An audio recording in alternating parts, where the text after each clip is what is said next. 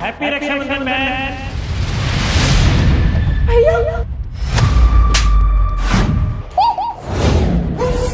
बहन की आवाज।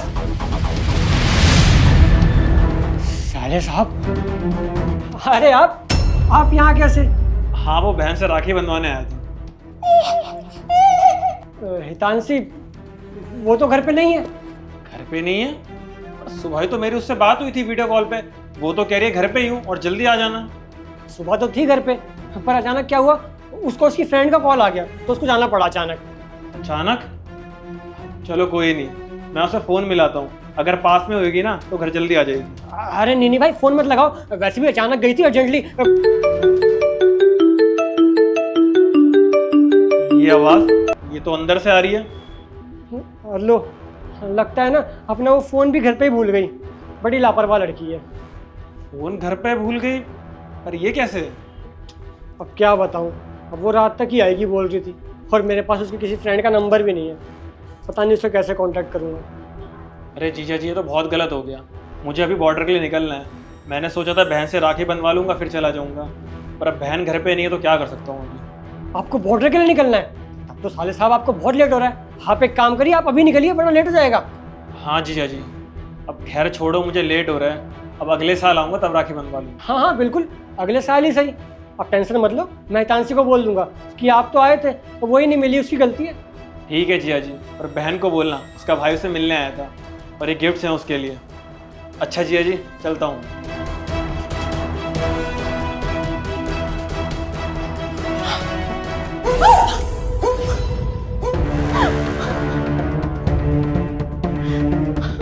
तुझे कितनी बार बोला है कि तेरा फौजी भाई यहाँ नहीं आना चाहिए, और उसके बाद भी तूने अपने फौजी भाई को यहाँ बुला लिया।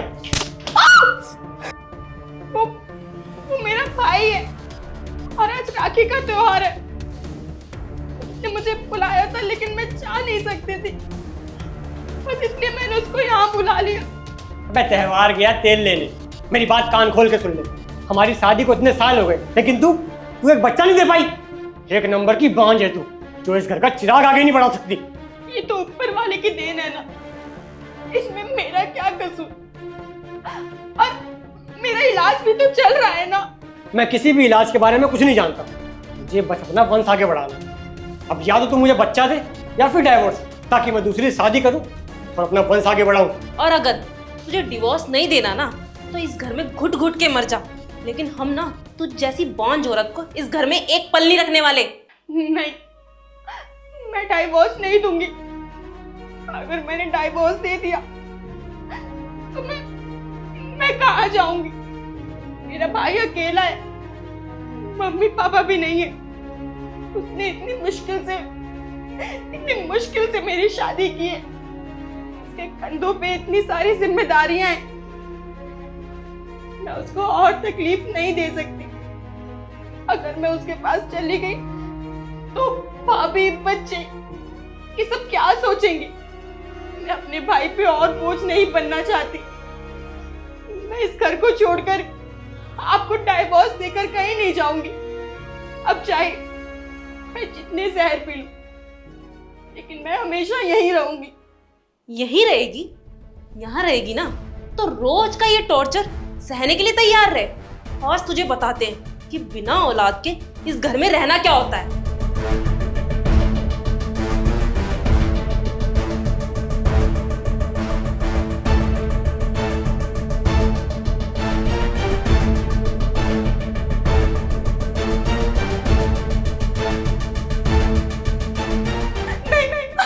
रुको।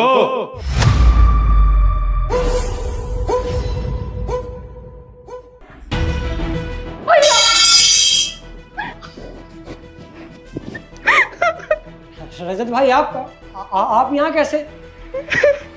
मेरी बहन, ये दोनों कमीने तेरे को इसलिए मार रहे हैं ना क्योंकि तू मां नहीं बन सकती। ये लोग तेरे को बांझ होने का ताना दे रहे हैं। तुम लोगों को शर्म नहीं आती? अगर मेरी बहन मां नहीं बन सकती तो तुम लोग उसके साथ ये सब करोगे? तुम्हें सीधे आकर मुझसे बात करनी चाहिए थी। और तूने मेरी बहन के ऊपर हाथ कैसे उठाया? इस बेचारी की क्या गलती है अगर ये मां नहीं बन सकती है तो? हाँ तो ले जाना अपनी बहन को। मैं भी कौन सा पालने बैठा हूँ उसको। मैं तो कब से कह रहा हूँ डाइवोर्स दे दे, अपने भाई का घर जा, लेकिन ये सुनने का नाम नहीं लेती। वो तो मेरी बहन समझदार है, अपने भाई का दुख समझ सकती है, इसीलिए इस घर में सब कुछ सह रही है ताकि उसके भाई को कोई तकलीफ ना हो। एक पति होने के नाते ना तुझे इसका साथ देना चाहिए था, और तूने क्या करा? तूने उसके ऊपर जुल्म करे।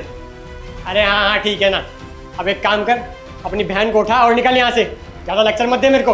और वैसे भी मुझे कोई शौक नहीं है इस बांझ को अपने घर में रखने का।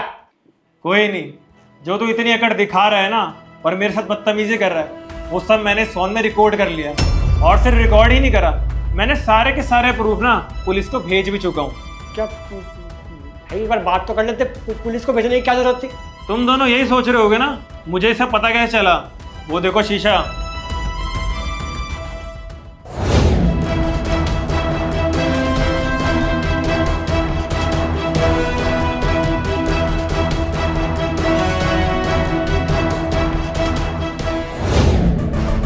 अब जब पुलिस आएगी ना, तेरी और तेरी बहन की पूरी अकड़ ठिकाने लगाएगी। अब तुम दोनों को ना कोई नहीं बचा सकता।